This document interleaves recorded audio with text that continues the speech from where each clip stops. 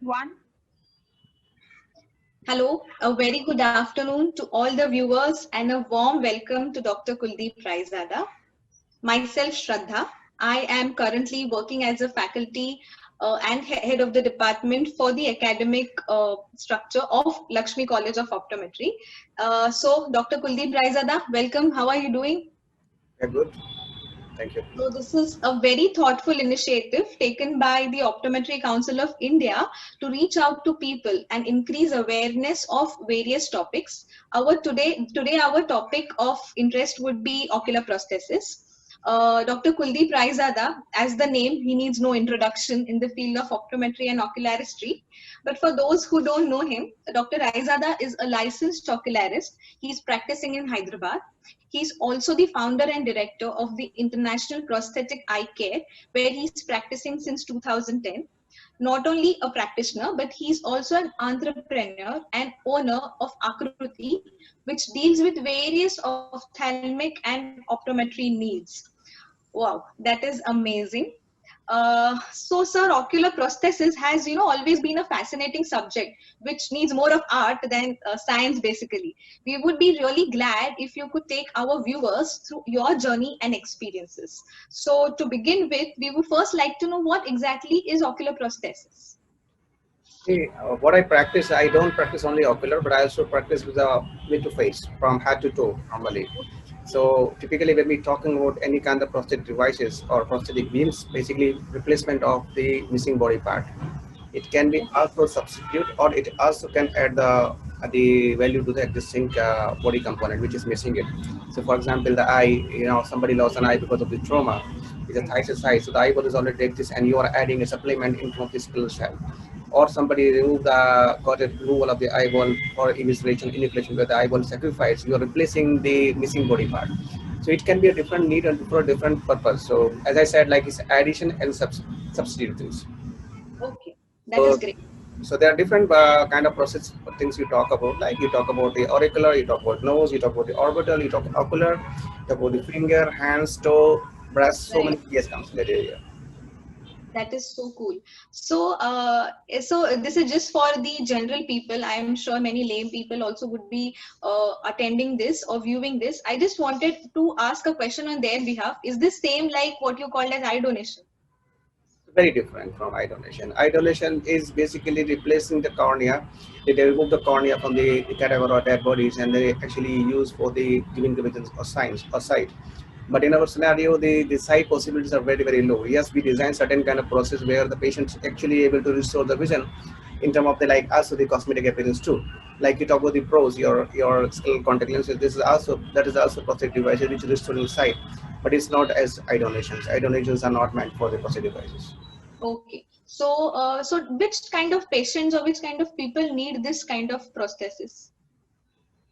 Anybody who has been a victim of loss of any body part in terms of the like the face or the deformity like we're talking about, we just talked before.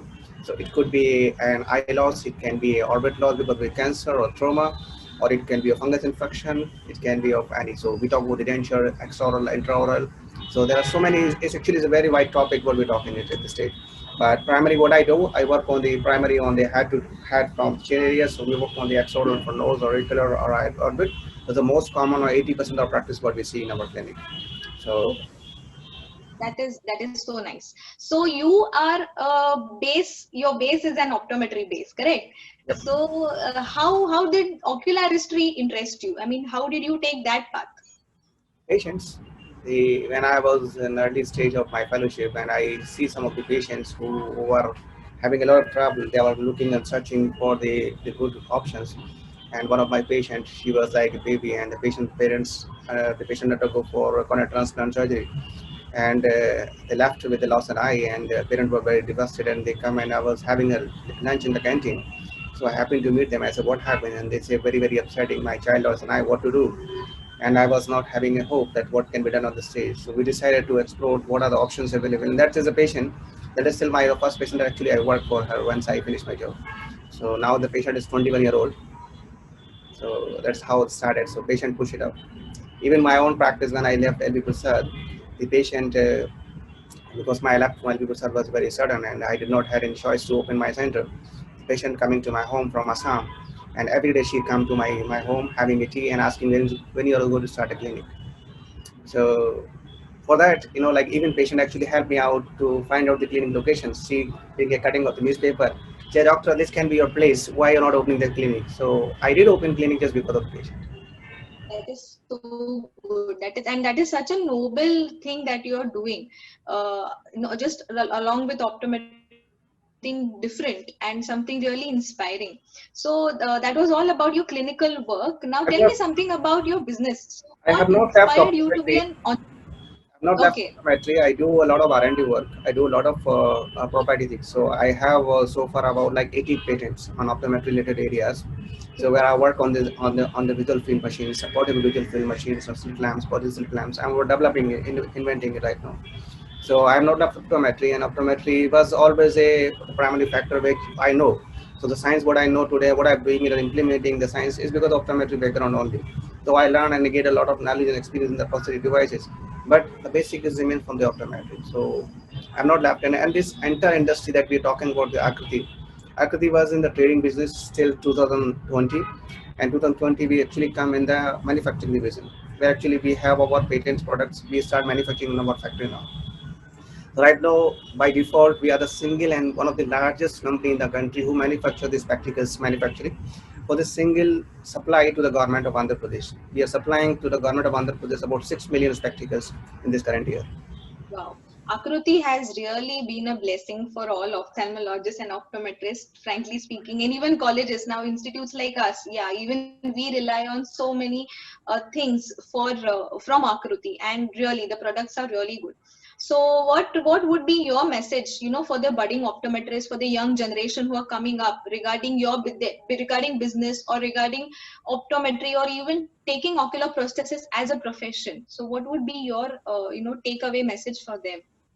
Focusing on what they do and what you do is the most important thing.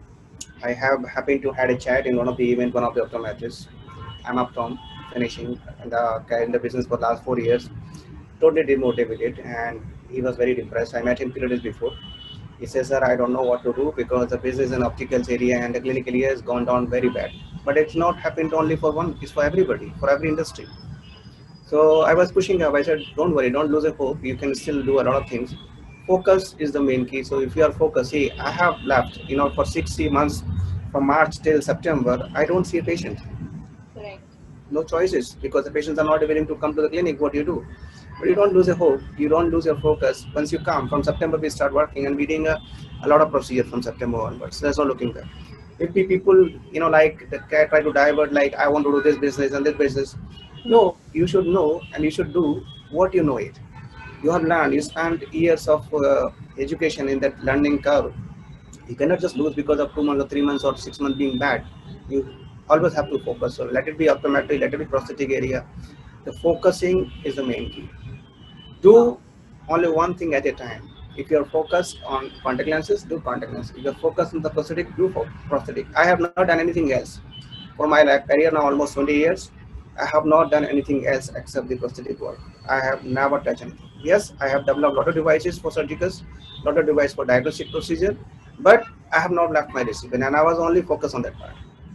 So that's what Wow. I would say. Focus is the main thing. That is such a delightful thought. Yes, I hope all of them will learn from your experiences. So, on that note, unfortunately, we have come to an end of this session. Once again, thank you so much, Dr. Kuldeep, for enlightening us with your experiences and with your knowledge. And I'm sure this will reach out to all the people who are in need of ocular prosthesis and even to the budding optometrists. Thank you and all the best for your future endeavors. Keep inspiring. Thank Thank you. you.